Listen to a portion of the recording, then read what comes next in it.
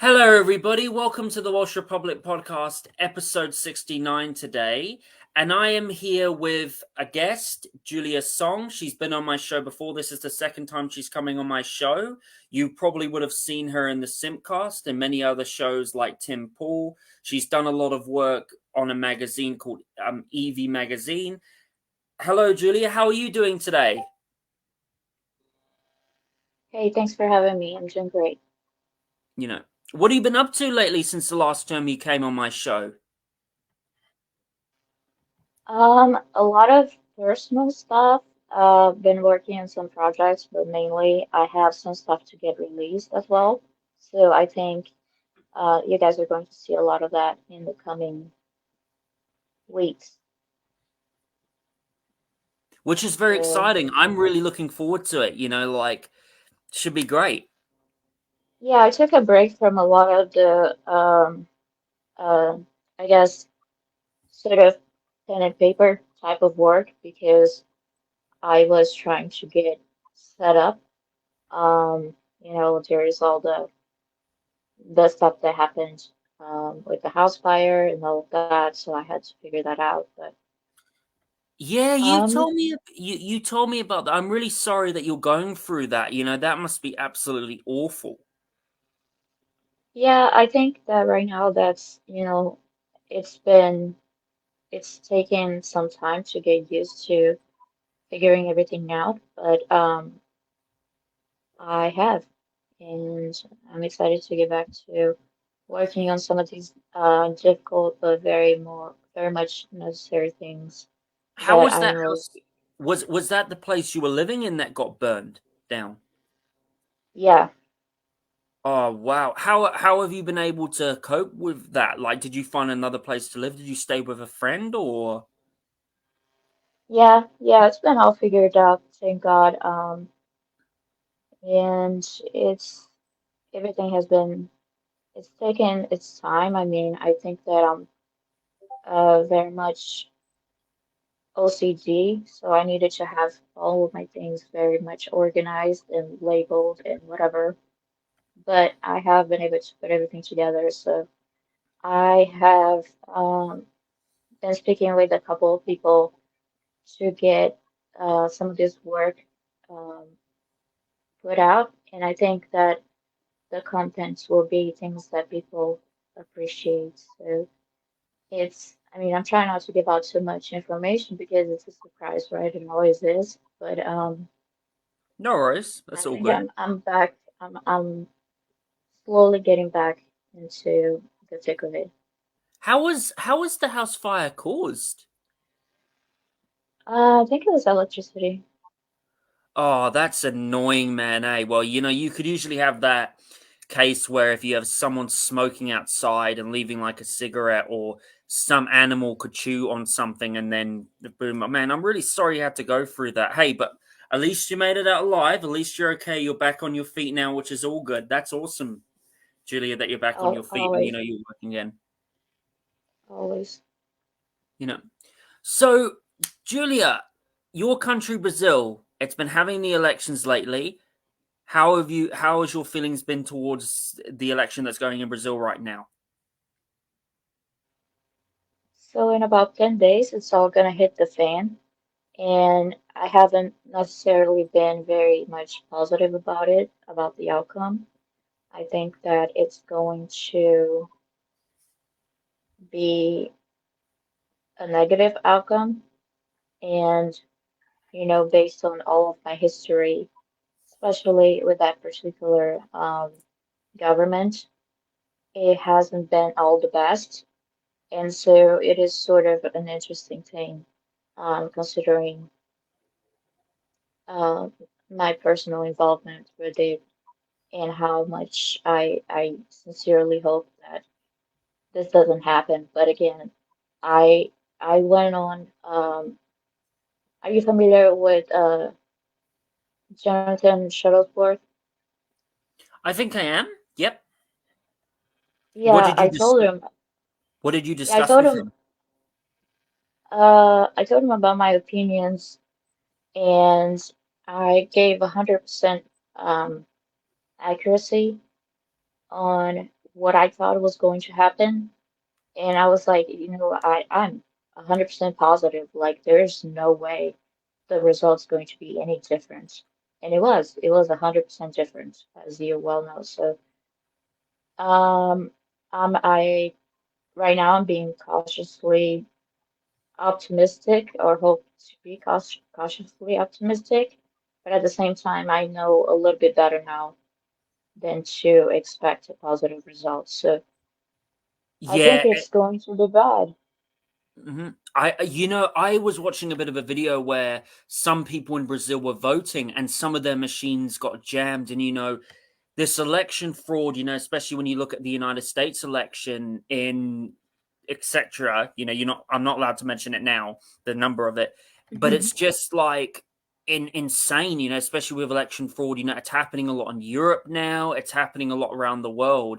And it's like the globalist elite are using this software in many countries, especially like Brazil and in South America and in North America, to pretty much rig these elections. And it makes me worried, for the future of the Western countries, what they're going to have to go with, especially with the technology that the elite are using to Dominion and all that stuff are using to pretty much, stop. And for fact, for someone in Brazil to be Wasn't voting the and then they have CEO their vote. arrested? Yep, they should be arrested. I think anybody who does voter fraud, anybody in all these organizations who are doing this, especially like when there's someone in Brazil, where they have a video where their, vote is being blocked and they can't choose, the Joe, what's his name? The Brazilian president's name again? Sorry, Bolsonaro. Bolsonaro. It's just criminal, man. It's absolute criminal, especially the voter harvesting, the ballot harvesting and stuff. It's absolutely insane, Julia. No, but I think he was arrested, the CEO of the company. Oh, really? The Oh, wow, that's Smartmatic, I cool. think. Yeah, look it up. I think he was. It was recent, maybe like as of last week or so. Well, that's really, really cool. That mean. Yeah, What is your I thoughts on so. the other Brazilian candidate? Um, I mean, I feel like I don't have anything that won't necessarily get me in trouble if I start speaking about it. So, you know how negative my opinions are. I think that that person should be in absolute, um, at least at a minimum house arrest. But it's the judicial system has been a very difficult thing to work with because they keep, the police can arrest you 1,000 times. It doesn't matter if the judge is releasing you 1,001. So it's very complicated. It hits the morale of um, the law enforcement. It hits the morale of the people, and people cannot trust law enforcement. But nothing really can be done because in the legal system, it's hard to keep judges accountable. And I've seen over the years terrible, terrible decisions that these judges have made, and to the point where I think they would be scandals if they weren't kept in private. But I mean, how are you going to keep it? There's a judicial commission that will evaluate the actions of judges, but good luck getting in front of that commission. The big issue over there is that the Supreme Court is pretty much engaging in active persecution and illegal persecution, and so it's very complicated to do anything whenever they have all this power and they're actively using it for means that, you know, you and I wouldn't agree with. Especially, when the Workers' Party had been held for 380 days for corruption, especially with the years that this candidate's going up against Bolsonaro. The fact that he's not in jail and the fact that he's been released is absolutely insane. And like I also saw a video where how many people are supporting Bolsonaro and the media say Bolsonaro is unpopular. Well, actually, no. Look how many people are supporting Bolsonaro and this other guy, but barely nobody's supporting this other guy. And if this other guy gets in, the future of Brazil is going to be bleak because all the work that Bolsonaro has done trying to make Brazil reach its potential. And your country has got a lot of resources, and it has a great potential. Unfortunately, as long as it has this corrupt Judaist system that you're saying, and these corrupt, industries running it, it's going to be very hard for Hmm. Brazil to go forward. And if this left guy wins, Brazil's in trouble. Yeah, good stuff. Thanks for keeping me positive. Always appreciate it.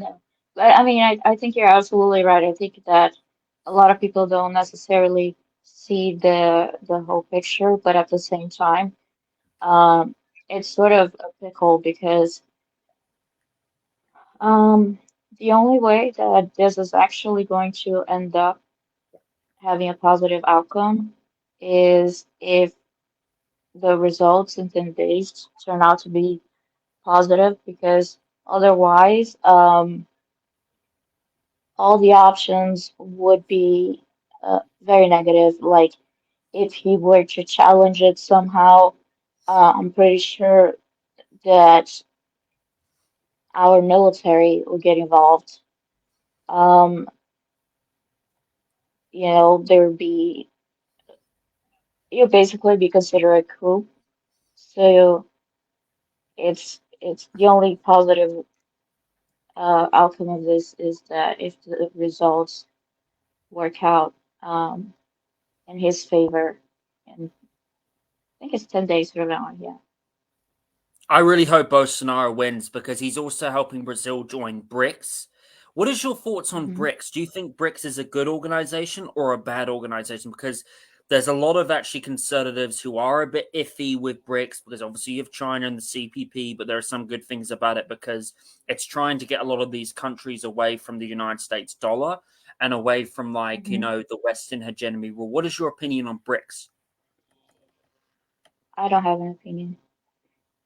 I'm not educated enough on that subject to have an opinion. But I appreciate you bringing that up. I'm gonna research into it, and next time we talk, next time I'm here, I'm going to go ahead and give you my full, uncensored and unhinged opinion. That's But I don't okay, have no one worries. right now. I mean, you've been very tired because you've been doing a lot of work recently, which has been very good. I mean, it's good you've been working a lot. Yeah, Mm. yeah, I think that I have a lot of things going on.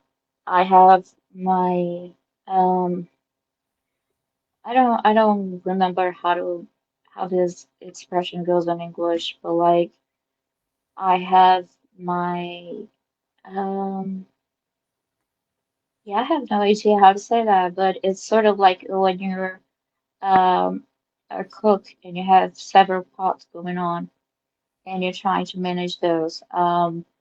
I'm trying to manage those as in a way to sort of keep my sanity and also make sure that I'm not as necessarily tired all the time, because the way that I was going for the past couple of years, I was seriously like running on fumes.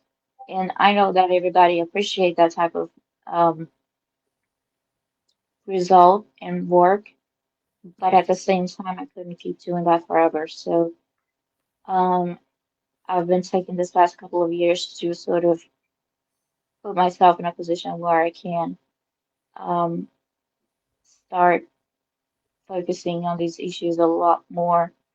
And I mean, it's difficult because there is the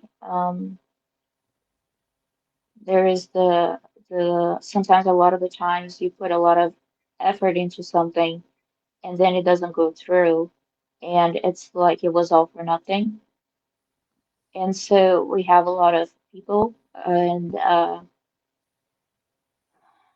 we have a lot of folks against us, so it's hard to push against the machine, It's hard to um, obtain results when you have all these different people as you're actively working to undermine your efforts. So it's interesting, but Also, I think that there's a lot of young people that I've been talking to who have approached me and who seem to want to get involved in this line of work. So, I mean, more power to them. I hope that they bring the energy in. Like investigating journalism and stuff like that. That's good work. I think we definitely need more people in this industry. I think it's good that a lot of people are waking up to the truth. And yeah.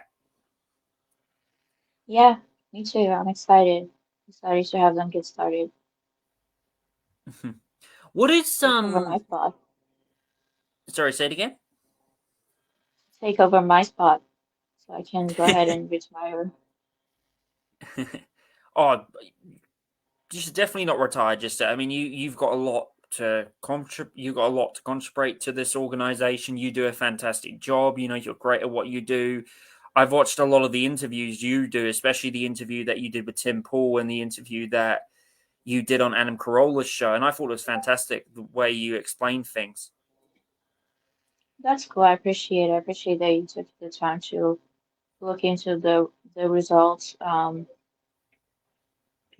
Nowadays, you do some work with something, and then next thing you know, the next set of information comes in, and everybody else gets distracted. So I appreciate the fact that you took the time to look into those results and learn more about them because it did take a lot to try to put some of this work together. So I appreciate it again. So, speaking of that, Julia, what is your opinions on the British Prime Minister Liz Truss like stepping down? Because as a British person myself, I just feel that like Britain is an absolute mess. The leadership of the country in the last 30 years has been an absolute dump. And the truth is, Britain isn't controlled by anybody, isn't controlled by the people, it's controlled by the royal family, it's controlled by the elitists. And especially when I look at like the wokeism that's taking over Britain, especially when you look at how many people, are being arrested just for criticizing the transgender, thing, you probably saw that in Britain, and especially like how you have inflation hitting it. What is your opinion on the future of Britain? And do you think that Britain right now is on the verge of heading into a third world country? Yeah, I think they're very close to it. I'm not, I think that other places have a much better um, ability to get out of the situation versus I think they're too deep into the damage. Um, and when it comes to the Prime Minister, I think that that was very interesting that she resigned so quickly. I wonder what was behind that. I mean, whatever it wasn't necessarily the reason that she gave out to the media, so it's not even worth looking into what she spoke about. Um, but and I mean, you're right, it's sort of like no man's land. I think that the morale of the people are pretty bad because, the queen died, um, and the prime minister quit, left the job. Was it after 45 days? Yeah, 45 days. Yeah. So I don't think they have anybody really who fights for them. And so I think that a lot of the um, battleground will actually happen there. Like if there's any sort of civil unrest, that's where we're going to see it first in Europe. I think that Britain going forward, but the way it's going right now, I do think that in 10 years' time, we will see the end of the United Kingdom. I do think that Scotland are going to have a reformation.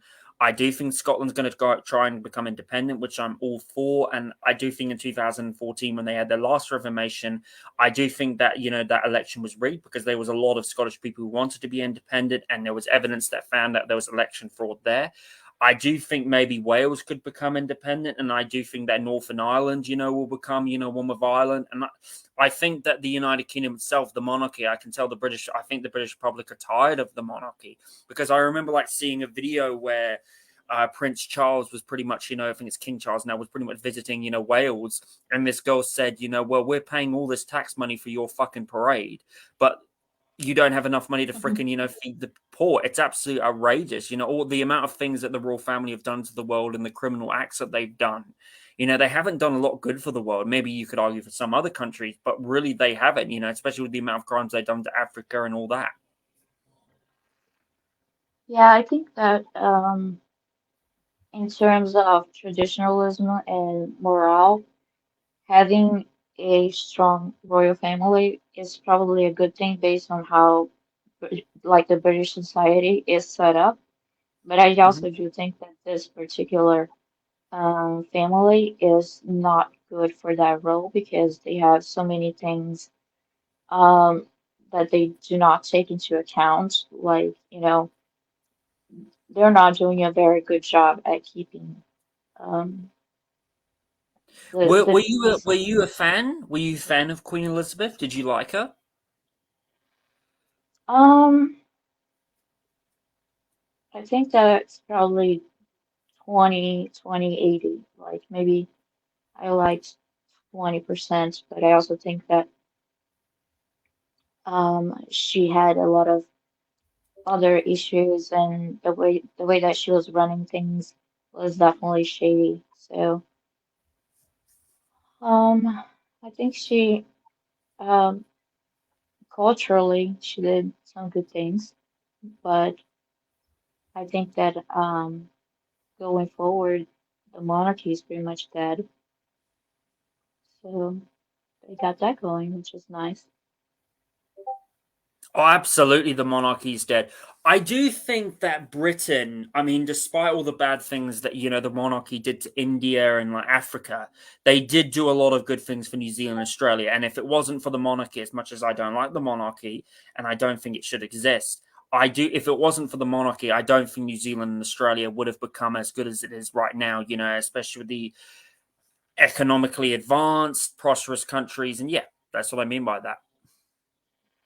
Yeah, I think you're right. I mean, we can see some good coming out of it, but all of these things, all of these different patterns and things that we've seen in the past, they're going to be exactly that, like a thing of the past. Like I don't think we're moving towards a geopolitical scenario of um, what we had back in the day, right after the Industrial Revolution. Like I don't think we're going to see big conquering and strong nations. It's sort of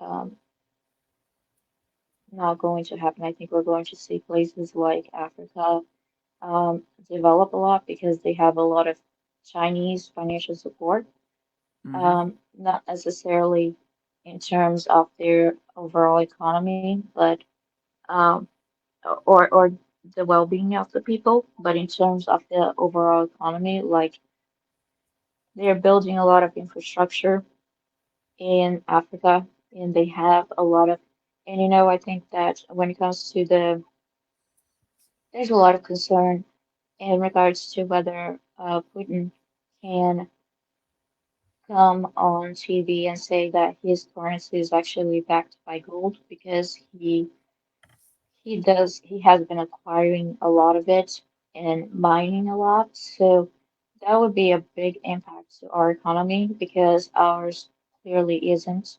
So the value of our dollars, they're based off of our economy. So if the size of our economy. So if China decides to do shenanigans, and there's a reason why China is so actively, I mean, China owns Africa, whether you like it or not. Like a lot of people wouldn't even know that, but a lot of the infrastructure that you see in Africa is owned, managed, and created by the Chinese. So That's true, especially like the railways they build for Ethiopia and Ghana and Tanzania and all that. yeah, normally we would be taking that spot and making those arrangements, especially with local governments. But we haven't been worried about that. We have been worried more about, the Middle East and etc. So meanwhile, we have China going at it and all these different developing nations, and you wonder what really they're mining for, and what kind of enrichment they're gaining from all of these operations. So I think that a lot of what our international, the international position that we have is very fragile based on these different possibilities. So I think that's not a good place to be in. Hmm. What is your opinion on the whole Ukraine-Russia war? I think it's despicable. I think that, I'm not, and I mean, I have as close to the ground information as possible on this issue, and I have not received, and it's unbiased too, and I have not received many positive things coming out of Ukraine. So it's, you know, everything that I hear is very, very negative, and I'm not ready to come out and say I'm in support of one side or the other, but I do have a lot of questions about it. Oh, a lot of people do. Like, I'll tell you this, Julia. I looked into a lot of the information. I looked at this fantastic documentary by Oliver Stone called Ukraine on Fire, and he interviewed Vladimir Putin too. And the history Hmm. of Ukraine and the connection that Ukraine has to Nazism is just absolutely insane. And you have President Lizinski, like the amount of dollars that the United States government is giving to Ukraine, especially when they could be using that money for food and social security, and Another 50 billion right now. what are you saying? Another 50 billion is getting out in I January. know.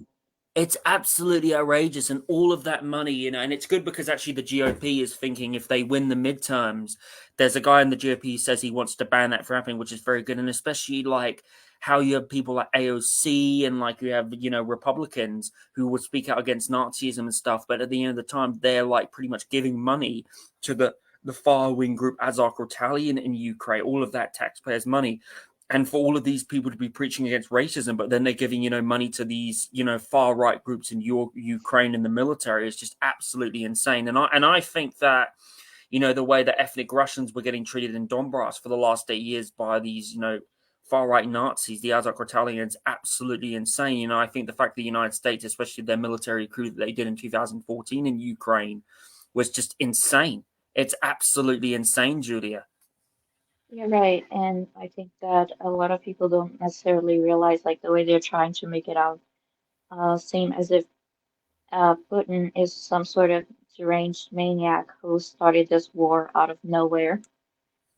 When in reality, even like several decades ago, even before uh, Putin took power, his predecessors have been warning about war with Ukraine after the end of the Soviet Union because of Ukraine's flirting with NATO, which is extremely hostile to Russia.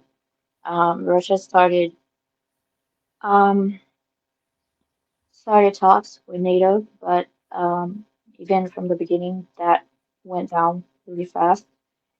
And what happened was that after those talks um, didn't necessarily work, not only they did not work, they went as bad as they could go. Um, then Ukraine started flirting actively with NATO and allowing them to build certain facilities in the border of Russia that were considered a hostile act. Um, and for the past several decades, they have been warning that they will enter like war, and it's not something that just happens without a reason. The same thing happened, and not a lot of people speak about this, but in 2008, the same thing happened in the country of Georgia, and Russia invaded Georgia, took control over several Mhm. regions, and still maintains control over those regions. And so the reason why they invaded Georgia is not because they were trying to have a country bigger than what they already have. I mean, they It have was the biggest country in the because it world. was because a lot of the Georgian army were actually attacking Russian peacemakers, but the Western media says it was Russia's fault. But also, yeah, but also, Georgia was actively cooperating with NATO. And I mean, think about it in terms of what we did to Cuba in the early 60s. It's Hmm. very similar if you had your neighbor um, enriching your like uranium, you probably be a little bit, like I don't want this guy next to me, especially if it's a hostile neighbor. So And it's it's you know what's so disturbing, Julia, is that there was the Georgian prime minister actually became like a member in the Ukrainian parliament. Did you hear about that? no, but I wouldn't be surprised. Absolutely insane. Like I don't know what happened, but he went to the United. He like was the Georgian president, and then all of a sudden he got arrested, for corruption, and he went to the United States, and he went to the United States University, and then Hmm. all of a sudden he just became, a member of Congress. And you just look at and you talk about like Ukraine and Georgia. Look at all the military coups right now. The CIA is pretty much doing a military coup in Iran. You had the protests in Hong Kong. That was a CIA operation. You like look at how many countries in South America that the CIA and the United States government have organized, like Chile, Brazil, Colombia, Venezuela, all of these military coups that the CIA has been a part of, ruining these countries, that once were prosperous. And it's absolutely insane, especially in Central America, Guatemala and Haiti right now. Haiti is also going to be having, the United States invading them. It's crazy, Julia. It's absolutely insane what the federal government of the United States does. I think that we've had reports coming out recently that the U.S. was funding things like programs like um, to they're culturally subversive to um, a lot of these countries who are a lot more religious than we think. So, for example, we had a program, I forgot exactly how many millions we threw at it for to have a drag queen perform for children, whatever, in Central American countries. And so we're putting money towards that, but we're not putting money towards infrastructure. So we're not actually leaving impacts, we're not creating jobs. We're just having a very negative impact because a lot of those countries are still very much of Catholic majority. So they're not ready to receive that sort of content.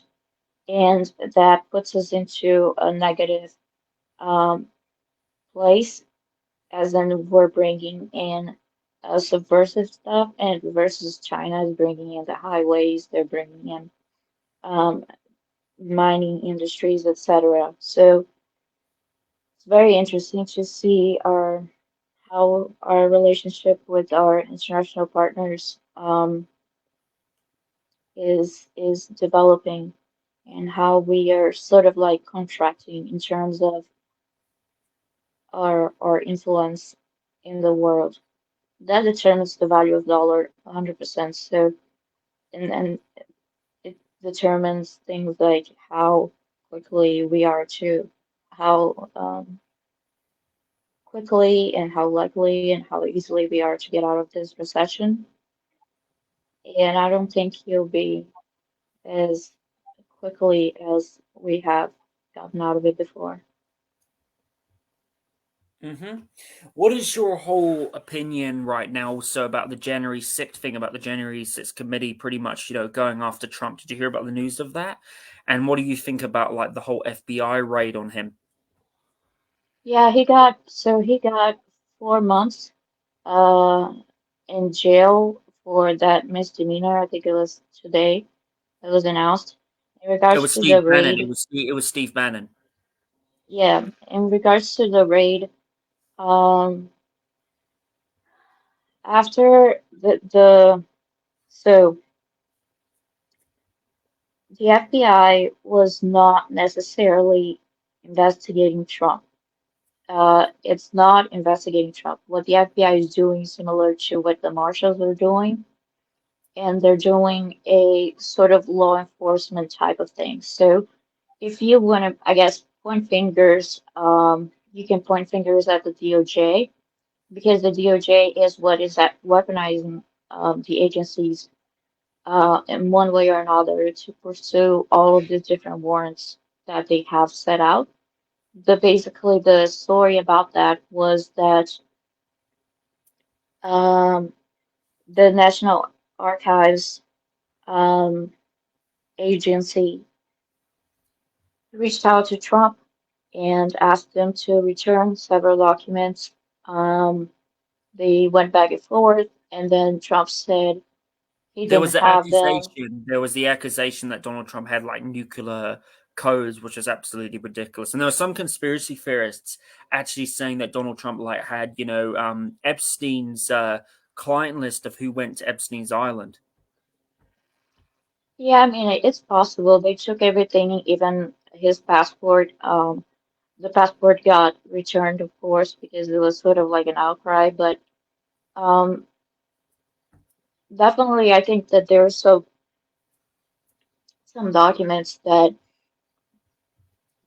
I mean, anything that you really bring out of the White House is probably going to be a matter of national security in terms of like what our enemies would want to purchase. Like you could say the toilet of the White House is a dual flush, whatever, right? Our enemies would purchase that kind of intel. Um, like they recently, I don't know if you're familiar with this, but recently we had one of our service members get into a whole lot of trouble for selling personal health information from the military to Russia, which I have no idea why they would want that in the first place. So Mm-hmm. it's anything could be considered anything. I mean, um, you can make it into a big deal as much as you'd like. I don't know what the National Archives like, what their beef is. I do know that there is a big pull and push in terms of um, Trump's team and the DOJ. And I think in this particular situation, as well as a few others, the FBI is not doing much eh, to actively pursue any investigation. They're just being used to pursue these warrants and sort of like be the fall guy for the DOJ. So as much as I would like to say, let's um, pick up our bikes and torches. I think that again we go back to the issue of the judicial system. Like at the end of the day, we can send a million people to jail if they're gonna release a million and one. Like it's absolutely ridiculous. And I think that touches in another topic that you wanted to bring regarding um, that lawsuit that's going on that's reached 2.75 trillion. Wow, that's a lot. That's a lot of people. No, no, no, no, no. $2.75 trillion. Oh, yeah, yeah. That's Sorry, what. Alex Jones. Yeah. Oh, it's absolutely outrageous. And, I was talking to you earlier before the show. I have a feeling what really scares me because a lot of people, whether you like Alex Jones or not, a lot of the people who are actually, against Alex Jones do not realize that what this does with him getting, pretty much getting the justice system against him and him having to do this, they're going to come after all of us. They're going to, this is a thing that the war on Alex Jones is a war on freedom of speech. And it's going to be absolutely crazy, Julia, what's happening, especially what they're doing with Trump, especially what they're doing to other political candidates, especially how you also have, pro, life people getting, pretty much raided by the FBI. You probably heard about that, how that pro life guy who was pretty much, praying outside of an abortion clinic got raided by the FBI. It's just absolutely mad. The FBI's power and the government abuse of power is absolutely crazy. And you look at just the right now, you also heard the news that Tulsi Gabbard also left, the Democratic Party. And I just think that the Democratic Party now is just imploding on itself. Yeah, I'm not here to like Mhm. kiss the FBI's like, you know, glass. But I do also think that we need to find a way, one of the biggest things that we need to do as a society is to find a way to keep the judicial system accountable. Because just like that, also, what the FBI was doing in that particular case was they were responding to a warrant. They were not investigating, they weren't doing any of that. So like they were sent there mandatory by a judge. So there's a judge who said, I want the FBI to go, and the FBI had to do it. So we've had people, the judicial system and I mean, I have a lot of problems and issues that, of course, I can bring up that are bad about them. But I think that one of our biggest areas of concern right now is the power that the judiciary is realizing that it has, and it has. So. Uh, I think about 6, 7 months ago, the Supreme Court in Brazil issued a warrant for the arrest of Alan Santos, which is a journalist, and he was here in the U.S. Um, seeking political asylum. And so they issued a warrant through Interpol to have him forcibly removed from the U.S.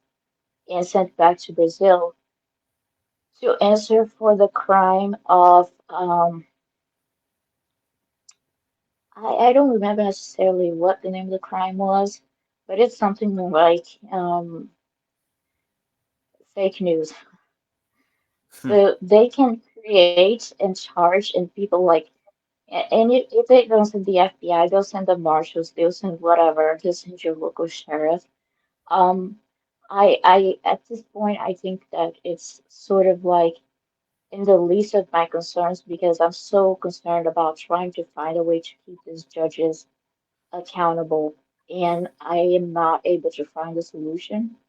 And it's to me, it's sort of like one of the reasons why our system is so broken. I'm very much, I mean, you'd have people from these branches who would agree that, you know, if you have your third felony, you're put away for life. But the reality is, it seems like the more dangerous you are, the more you get sent back into the streets. So I don't understand how their mindset works, but I think that there's a lot of money getting fueled into here in the U.S. I don't know how it is in the New Zealand where you're at, but here we have a lot of these judicial positions. They're based on appointments or um, elections, and we also have the district attorneys. And so we have an enormous amount of money being fueled into these races for like from political organizations that have a certain goal in mind. And so whenever you have individuals that get um, in trouble in these jurisdictions and they do not abide by what that um, political organization would support, then you would have a district attorney and judges that are very much hostile to him, which is what's happening with that $2.75 trillion. Like that's where we're at right now. I'm sure it's gonna probably get much more than that. They're basically they're trying to make a point, like with that kid, that I think his bail got set at what, um, 5 million, 2 million, 1 million. I can't remember. It was something ridiculous. What was that kid in Kenosha? No, was it Kenosha? Hmm. Sorry, say it again. Um, You want to I don't share know. something? You mean? No, no. Oh, You I remember see. I'm that sorry. I kid thought you that got wanted to put share away something on for? the screen, like an information. Go ahead, like you're saying. No, it was that kid. What was his name? Kyle something. Carl Rittenhouse. That he, yeah, he got put away. He's like a 17-year-old. He got put away with a $5 million bail. And I mean, I've seen people who are have a rap sheet as long as the length of my body, who have raped, killed, murdered, whatever, and Hmm. their bail is significantly lower. So it's Oh, clearly that sort of is. like I sending a know, right? message. It is absolutely insane. That is. I think that really is happening too much in the West now. It really is. And especially it's crazy how you have also, people who smoke weed or like do small drugs and then they get put away longer than fucking pedophiles do, Julie. And you especially like how you look at Hunter Biden, Hunter Biden's, laptop leak. Right now, there's evidence that just came out that judges are actually thinking about like charging Hunter Biden, with these things with like he violated like 50 offense or probably more. The fact that he's not gone There's to been jail, 400. yeah, There's yeah, been 400. 400, absolutely insane. 400 felony counts found. And the And fact I that want to he's not going to be, go ahead, saying, I just wanted to make sure that I plug in um you with the direct intel that comes out of this, which is from the Marco Polo project.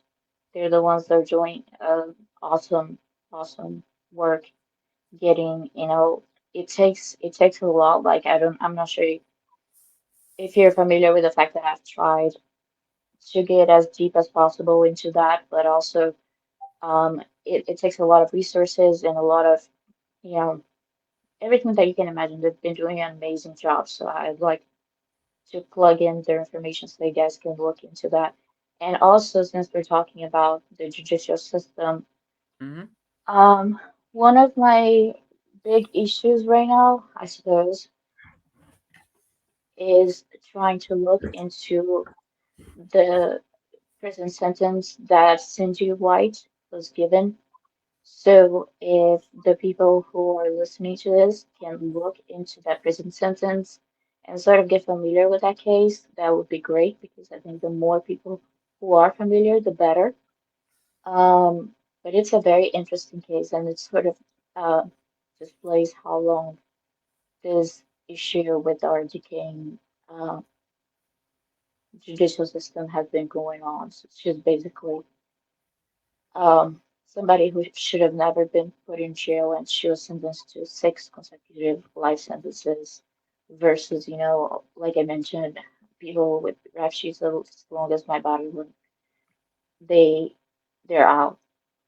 And so I mean, this is sort of very much verifiable information. So I'm not just, throwing this out there. It's what you can find. Um, I think even like on the internet, you can find this information about current inmates and what they're in for and what. I think, yeah, I don't think you need to go through any specific sites. You just have to do it through someone who is a current inmate, and you can see that a lot of them have been, charged with horrible things. Like you have pedophiles and things like that, and that to me is horrible. And those people are sent out by the millions. So it's a very dysfunctional system, in my opinion. mm-hmm. It's very good that you look into this information, Julia. I think really more people need to be doing that more. Yeah, Mm. I think so too. What is your opinion on Italy getting its first, right wing prime minister? What is your opinion on her? Are you a fan of hers? And what do you think that's going to be for the future of Italy? I think it's amazing. I also think that I'm not as well educated as I could be on this. So there is some, from what I've gathered, there is some sort of concern regarding the her ability to follow through with what she's saying in regards to the things that she does want to do. But I think that it's better than nothing, and we have to wait and see how she performs in her new role. I think that it was a positive thing, so hopefully it will continue to be a positive thing, and all the haters will be, damned. But A lot of that's people, sort of a like lot of cautiously people, a lot of people like to say that they're doing the same thing as they did when Donald Trump was running in 2016. That she's a Nazi, and it's just, oh, it's ridiculous. It's absolutely ridiculous, Julia. It is. Yeah, but from the other side as well, they're saying that she's not tough enough for the job, and I'm not sure. I'm not like I haven't really researched into her background to tell whether she is tough enough for the job or not. Apparently, she's had some um, weak points in the past, but everybody evolves every day. Certainly, I'm not the person that I was, 5 years ago. So I think that she should be given the benefit of the doubt and be allowed to perform her job and be supported at it until such a time in which she proves that she cannot. But so far,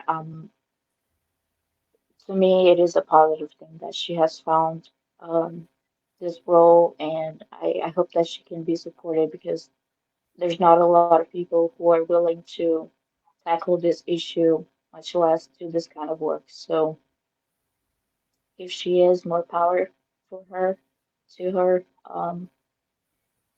And yeah, I mean, Before we I'm sorry, finish, no, I I'm understand. not, That's all good, go ahead. Julia. No, don't worry about it. It's all good. I understand you've been working a lot. You're very tired. Nothing wrong with that.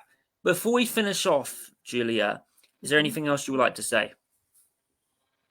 Like, give a Um, message of hope to people because, yeah. yeah, I think that um, everybody should be doing a lot of extensive research into the topics that we have brought up because they're very much interesting, like what you mentioned, the um, the activities surrounding the military in Ukraine. I think those are they deserve a lot more research, and it's not necessarily something that's um, people are trying to look into right now. But I think that the more they look into it, the uglier it gets. So Hmm. it's something that it should come out. I think that you should be supportive of the Marco Polo project because they're the ones who are actually exposing a lot of the things in regards to um, the 400 um, criminal counts. Um, and as a personal favor, please go ahead and look into the Cindy White case from Indiana. I'll absolutely, you know, want her out of jail as soon as possible. So we'll see. I'm trying, I'm pulling all the strings that I can. But at the same time, she is one of those people who does not deserve to be in jail. And I think that there's a lot more people who should be taking her spot before we as a society um, put somebody as vulnerable as her in that place. So um, there's a lot of things. We can't fix the world, but we can fix the corner of the world that we're in. And I'm picking my battles very carefully so as to not, overextend myself. I'm using all the resources that I have that we've been able to gather from um, this environment that we're in. And I think that if and I mean, as you probably already know, I'm a very religious person too. So if you're asking me, about a message or like a final thought, then probably um, you all like need Christ or something.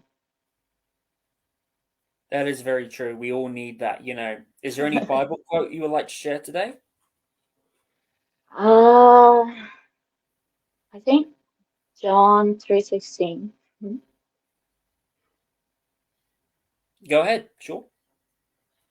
No, you guys have to look it up on your own time. There you go, folks. There you've heard it. So where can people find you, Julia? Um, that's part of the announcements that I'm going to make. So I'm pretty much in the same spot that I've always been, um, which is, how you found me, but I'm looking to branch out. So I think everybody should be looking out for that.